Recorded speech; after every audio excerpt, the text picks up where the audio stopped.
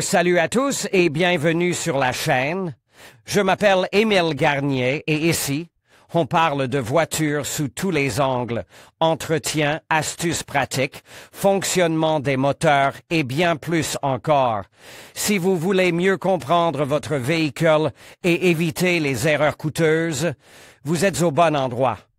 Pensez à mettre un j'aime, à vous abonner à la chaîne et à regarder la vidéo jusqu'à la fin. Vous y trouverez des infos vraiment utiles. L'histoire du Cerato a commencé en 2003, lorsque la première voiture de ce modèle a été présentée en Corée. À l'époque, elle partageait déjà la plateforme d'un autre best-seller coréen, la Hyundai Elantra de troisième génération. Dès cette époque, une tradition inébranlable a été établie pour le marché russe, la Cerato n'y a été vendue qu'avec des moteurs à essence de 1,6 ou 2 litres. Les moteurs diesel, qui étaient présents sur les marchés coréens et européens, n'étaient pas du tout proposés. Mais le choix entre les boîtes de vitesse manuelle et automatique en Russie s'est également fait dès la première génération. En 2006, le modèle a fait l'objet d'un restylage et, en 2008, il a été remplacé par la deuxième génération. La gamme de moteurs était la même, 1,6 et 2,0 litres, uniquement à essence. Les voitures dotées d'un moteur de 2 litres étaient équipées uniquement de boîtes de vitesses automatiques, tandis que celles dotées d'un moteur de 1,6 litres étaient équipées d'une boîte de vitesses manuelle ou automatique à 4 rapports. La particularité des voitures de troisième génération en Russie est qu'en 2013, leur assemblage a été organisé à Kaliningrad Avtotor. Et désormais la Cerato a reçu une immatriculation locale. La troisième génération est devenue assez populaire en Russie, et elle a développé une sorte d'image de Toyota Avanci pour les frugaux, tandis que les riches choisissaient l'Avanci entre la Corolla et la Camry, les moins riches choisissaient le Cerato entre la Rio et l'Optima. Cependant, la voiture a plu dans un premier temps, en dépit d'une stéréo et d'une isolation sonore plutôt médiocre pour sa catégorie. La Sirota, comme la Cerato a été surnommée par les gens, a plu par sa grande fiabilité et son bon équipement, même dans sa version de base. Plus tard, certains défauts techniques ont parfois été révélés, mais le modèle n'avait pratiquement pas d'inconvénients à un jeune âge. Techniquement, la troisième génération n'est pas très différente de la deuxième. Certaines choses ont changé, mais certains traits familiaux ont été conservés. C'est à la fois une bonne chose et une moins bonne. Mais nous y reviendrons plus tard. Sur le marché russe, la Cerato de troisième génération est équipée de deux moteurs, le G4FG de 1,6 litres développant 130 chevaux, 157 Nm, ou le G4NA de 2 litres développant 150 chevaux, 194 Nm. Les boîtes de vitesse sont soit la M6CF1 à 6 rapports, associée au moteur de 1,6 litres, soit la A6MF1 automatique à 6 rapports. En option avec le moteur de 1,6 litres, la même boîte équipait la Kia Rio et la Hyundai Solaris, soit la A6MF1 non alternative. Avec les moteurs de 2 litres. Cette dernière boîte fonctionne sur de nombreuses voitures Kia, Hyundai, Creta des deux générations, Elantra MD, Sonata 8, Sportage 5, Soul 2, Optima et bien d'autres. Les suspensions sont des plus basiques, McPherson à l'avant et une poutre semi-indépendante à l'arrière. Kia Cerato 2013 à 19 en 2016, la Sirota a subi un restylage, qui ne comprenait que des modifications cosmétiques peu visibles et des changements d'équipement, et en 2018, la nouvelle génération de Cerato est sortie.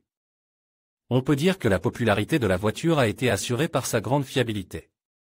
On peut le dire, mais je ne le ferai pas, à proprement parler, cette voiture n'a pas un seul moteur digne de ce nom. Et il y a beaucoup de petites choses à reprocher. Mais le moment est venu de ne pas parler de moi, mais de passer le mot aux propriétaires de ces voitures. Commençons par une plainte assez régulière.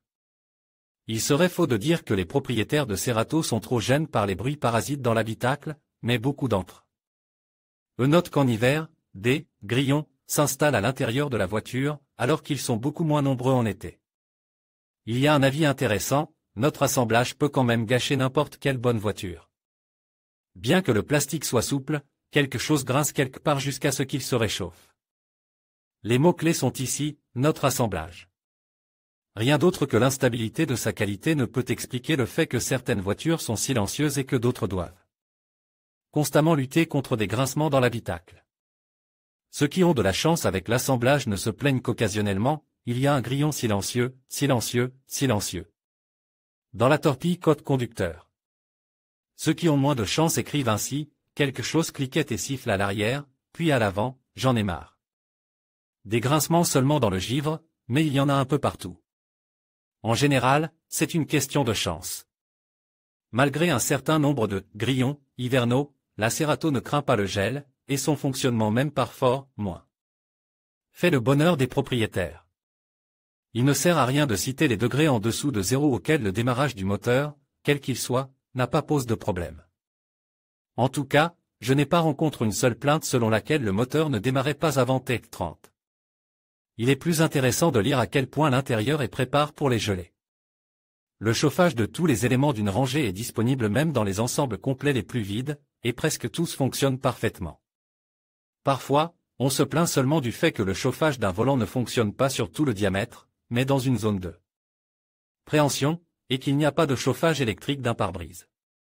Sinon, tout va bien, la voiture se réchauffe rapidement, si l'on n'enclenche pas tout de suite l'air conditionne sur les valeurs maximales. Il suffit d'une ou deux divisions pour que les vitres ne transpirent pas et que vous puissiez commencer à rouler tranquillement. En hiver, la voiture est chaude, en cas de gel, les sièges chauffants ont certainement aide.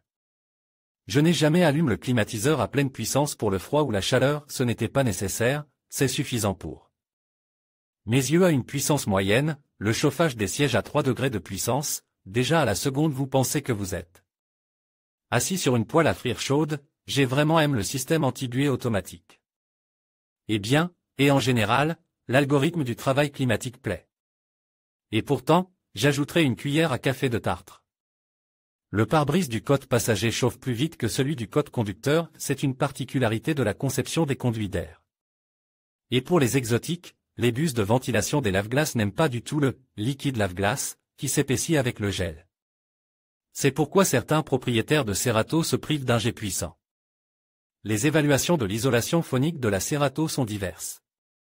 Quelqu'un est ravi, quelqu'un l'aime, quelqu'un en est satisfait. Parfois, cependant, et il est gronde.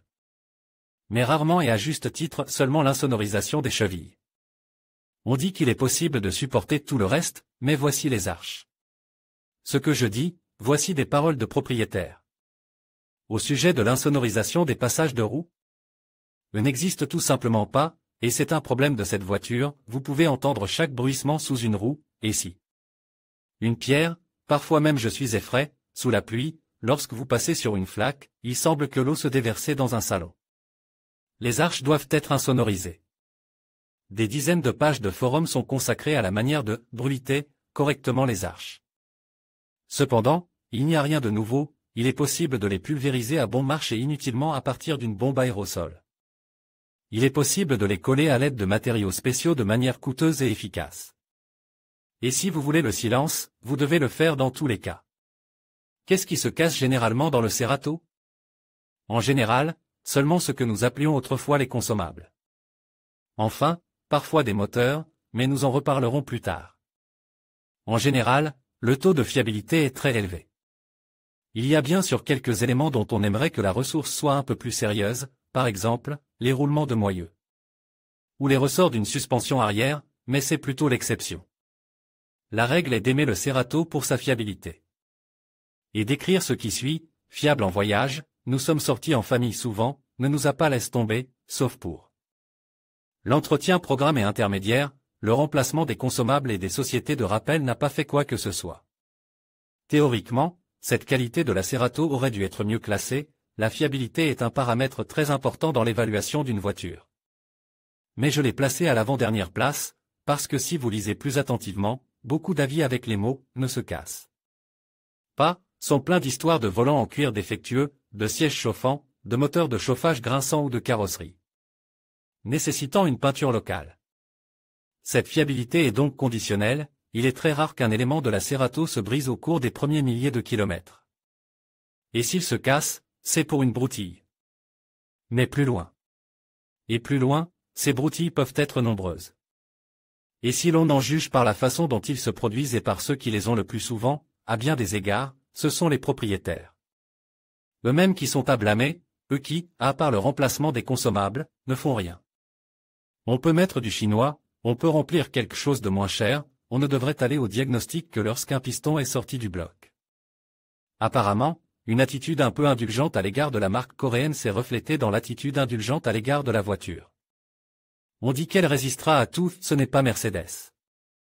Pas Mercedes, bien sûr, mais n'importe quelle voiture aime les soins. Et le Cerato aussi. Passons maintenant à des inconvénients plus sérieux. Dans la partie des commentaires concernant les voitures âgées de 3 à 5 ans, on peut lire quelque chose comme ceci: la carrosserie commence à rouiller, et pas mal. Il est dommage que de telles critiques soient nombreuses. Voici, par exemple, une histoire typique. En août, après un autre lavage de voiture, j'ai remarqué des points jaunes au-dessus du pare-brise. Je pense qu'il s'agissait de pollen provenant d'un arbre et je n'y ai pas prêté attention. En octobre, je suis passé à la station-service et j'ai décidé de vérifier si la carrosserie était endommagée avant de la réparer.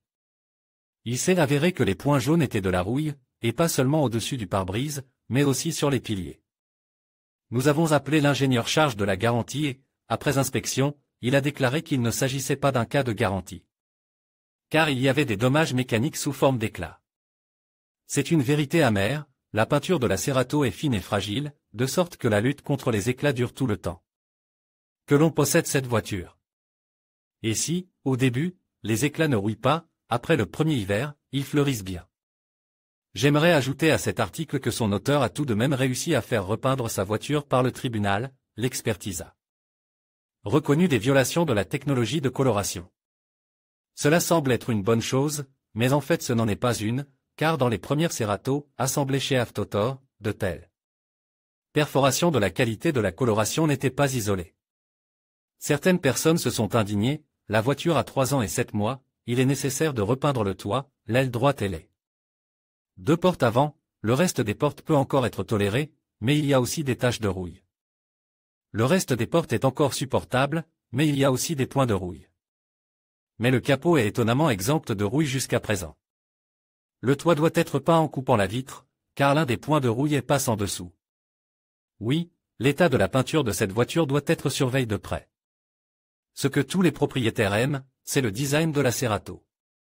Il faut reconnaître qu'il est vraiment réussi, la beauté, peut-être, et ne brille pas, mais la voiture ne semble pas démodée. C'est pourquoi je me range à l'avis de la majorité qui estime que tout va bien chez Sirota. Et pour ne pas manquer de fondement, je vais donner quelques citations. Tout d'abord, la plus simple et, d'une certaine manière, la plus tragique, je l'ai pris pour son apparence. Et maintenant, l'analyse, la première chose à laquelle je voudrais prêter attention est le design de la voiture semble toujours fraîche et actuelle.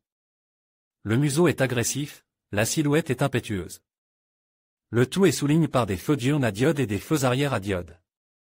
Et enfin, neutre, le design de la voiture est très intéressant et accrocheur, dans l'esprit des dernières tendances de l'époque. Pas ennuyeux, c'est sûr. Ce n'est pas grave. Passons à autre chose. Un inconvénient sérieux et objectif de la Cerato est le travail de sa suspension arrière.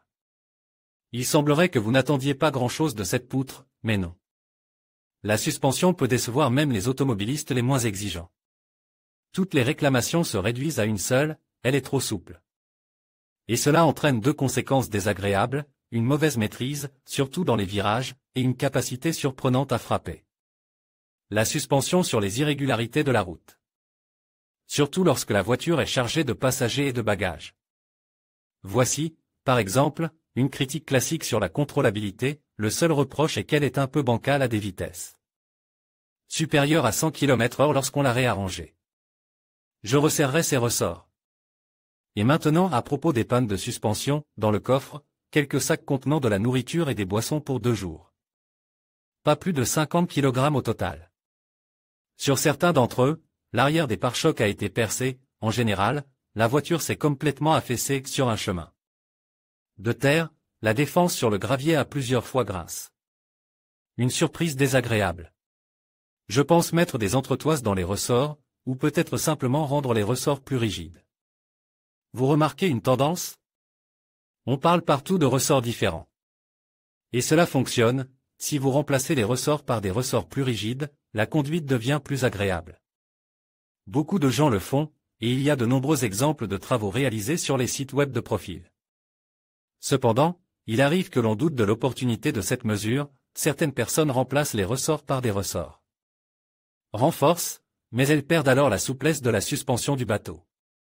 Admettons qu'il n'y ait jamais eu de douceur, mais le fait qu'elle s'aggrave est tout à fait juste. Nous devrons trouver un équilibre.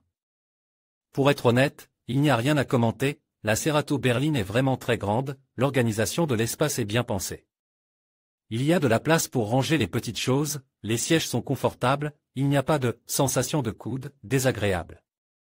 Lisons ce qu'en disent les propriétaires, le salon est le plus grand atout de cette voiture.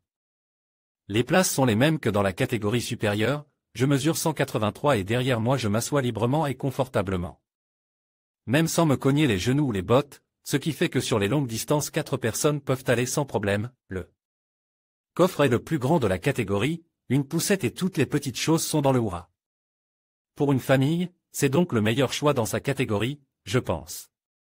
Il faut toutefois préciser que le coffre est certes grand, 482 litres, mais pas le plus grand de la catégorie. Mais ne faisons pas la fine bouche, poursuivons notre lecture. Le salon est spacieux, on peut s'asseoir seul et ne pas être bouscule, le salon est plutôt spacieux. Les sièges avant sont très confortables, avec un soutien latéral développé, avec un réglage sur 2 plans, et même des amis de grande taille, mesurant environ 190 cm, se sont sentis à l'aise à l'arrière. Beaucoup de voitures pour peu d'argent, c'est toujours un succès, c'est la vérité. Ce qui fait défaut à la Cerato, ce sont les moteurs. Commençons par le plus jeune. Sur le plan technique, le 1,6 litres G4FG n'a pas grand-chose à se reprocher. Il n'a que 2 défauts potentiels, qui ne peuvent pas être considérés comme inévitables. Le premier concerne la durée de vie de la chaîne de distribution, qui peut s'épuiser à 120 000 miles, et la durée de vie du catalyseur, qui peut s'épuiser à 30 000 miles.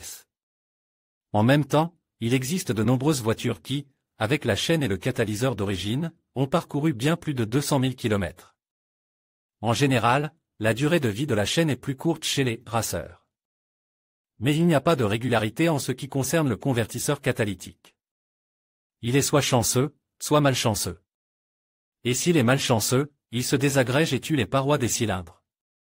Certaines personnes peuvent avoir une malchance catastrophique avec le convertisseur catalytique, le principal problème, c'est que le convertisseur catalytique s'est effondré à 60 000 km. La voiture s'est arrêtée au milieu de l'autoroute, le convertisseur catalytique a été diagnostiqué, il s'est désagrégé et a été aspiré dans le moteur. Le moteur a été remplacé sous garantie. Tout devait rentrer dans l'ordre, mais après 40 000 km, c'est reparti. C'est une honte, que dire de plus? En outre, le moteur de la Cerato est tout simplement faible. Par conséquent, beaucoup écrivent, je ne conseille pas de prendre 130 chevaux sur automatique, la voiture ne va pas, le moteur. Je vous le dis honnêtement, car il me semble faible, jusqu'à 100 accélérer plus ou moins joyeusement, plus loin la traction disparaît. Alors qu'il y a besoin de dynamique, prenez le moteur 2.0. D'un côté, tout est vrai, avec le G4NA de 2 litres, Sirota conduit de manière beaucoup plus intéressante. Mais ce moteur peut mourir non seulement à cause de la destruction du catalyseur, mais aussi à cause des éraflures. Il est difficile de dire pourquoi. Les avis divergent, le problème réside peut-être dans les jupes courtes des pistons, ou dans l'absence de gicleur d'huile pour le refroidissement des pistons. Il se trompe cependant sur ce dernier point, ce moteur est équipé de gicleurs. Beaucoup de gens confondent ce moteur avec le moteur G4 Cadet, qui n'avait pas de gicleur, mais dont la notation apparaissait beaucoup plus souvent. Et si dans le G4 Cadet, les éraflures étaient la règle et non l'exception, dans le G4NA, c'est exactement le contraire, en règle générale. Il n'y a pas de problème avec ce moteur. Et l'exception, ce sont les éraflures. Et les gens écrivent alors humblement, eh bien, ce malheur m'est arrivé. 104 000 km. À mon avis, le G4NA est beaucoup plus performant que le G4 Cadet, et il ne faut pas le diaboliser. Il faut la nourrir avec de l'essence normale et de la bonne huile. Ce n'est pas pour rien que certains disent, cela dépend beaucoup du fonctionnement, de l'huile, de l'essence. Quelqu'un la remet en état à 60 000 ans, quelqu'un la conduit pendant 250 000 ans et ne connaît aucun problème. Je suis d'accord. Un bon entretien peut prolonger la durée de vie de ce moteur. Même si, probablement, une part de chance ne fait pas de mal. Il est un peu étrange de placer l'habituelle boîte de vitesse à 6 rapports à convertisseur de couple à la première place du classement. Des raisons de l'aimer, on a l'impression qu'elle n'a rien d'intéressant. Mais en fait, il y en a, sinon on ne trouverait pas dans presque toutes les critiques autant de mots enthousiastes à propos de cette boîte automatique. Tout d'abord, bien sûr, il s'agit du confort, ce qui donne cet encadre, la transmission automatique fonctionne bien, elle passe les vitesses presque imperceptiblement. Même lorsque l'on n'appuie pas très fort sur une pédale, elle essaie de passer à un rapport inférieur, peut-être même lorsque ce n'est pas nécessaire, la transmission automatique fonctionne parfaitement, il n'y a aucune envie d'utiliser les palettes ou de conduire en mode manuel. Presque tous disent que les palettes sont cool en soi, mais qu'elles ne sont absolument pas nécessaires, parce que la boîte fonctionne parfaitement. C'est pour une chose. Deuxièmement, je n'ai pas trouvé une seule critique qui se plaignait de la défaillance de la boîte automatique. Les gens ont réussi à rouler plus de 300 000 km, et il n'y a pas de plainte au sujet de la boîte. Elle fonctionne et c'est tout. Mais à une condition, il faut changer l'huile régulièrement. Le concessionnaire conseille de le faire une fois tous les 75 000 km, mais je continue à conseiller de faire la vidange moins tous les 60 000 km. Permettez-moi. Demanderont les plus attentifs. Il y a deux boîtes différentes sur cette voiture, la M6 CF1 avec le moteur de 1,6 litres et la A6 MF1 avec le moteur de 2 litres. De quelle boîte s'agit-il? La réponse est les deux. Mais il faut tenir compte du fait qu'avec le moteur de 1,6 litres, la Cerato elle-même est plutôt lente, et la connexion de ce moteur avec la boîte M6 CF1 est tourmentée plus souvent que les unités des voitures de 2 litres. Si l'huile a été vidangée à temps dans la boîte de vitesse automatique, elle survit relativement bien. Dans le cas contraire, tout peut être casse. En conséquence, la conclusion est la suivante, si cette voiture est surveillée attentivement, il est difficile de la casser. Mais il est facile de la ruiner en crachant sur elle, elle ne le tolérait tout simplement pas et ne pardonne pas les erreurs. Les Coréens ont créé une telle gentillesse. En conclusion, la Kia Cerato 3, YD, présente des atouts indéniables, tels que son rapport qualité-prix, son design moderne et ses équipements technologiques. Cependant, il est essentiel de prendre en compte certains inconvénients, comme la performance limitée et l'espace intérieur qui peut ne pas convenir à tous. Avant de prendre votre décision, pesez soigneusement ces 5 raisons pour déterminer si cette voiture répond à vos besoins et à vos attentes. Que vous choisissiez de l'acheter ou non, l'important est de faire un choix éclairé qui vous satisfera sur le long terme. Merci d'avoir regardé cette vidéo et à bientôt pour d'autres conseils automobiles.